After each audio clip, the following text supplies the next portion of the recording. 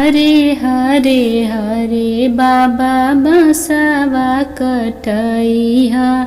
हरे हरे हरे बाबा बसवा कटैहा।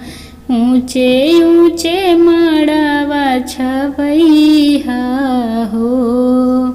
ऊँचे ऊँचे मड़वा छवैहा हो। ऊँचे ऊँचे मड़वा तारा बैठिहा हो बाबा। ऊँचे ऊँचे मड़वा तारा बैठिहा हो बाबा। साजन लोग छेकले दुआर हो। साजन लोग छेकले दुआर हो। हरे हरे हरे बाबा बसवा कटैहा। ऊँचे ऊँचे मड़वा छवैहा हो।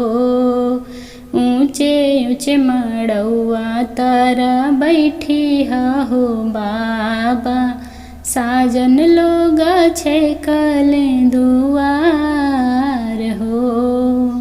साजन लोग छेकले दुआर हो।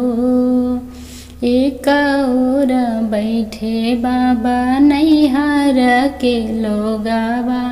एक ओर बैठे बाबा नैहर के लोगावा।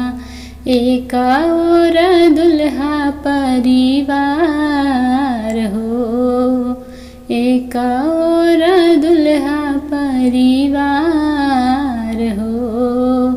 हरे हरे हरे चाचा बसवा कटैहा।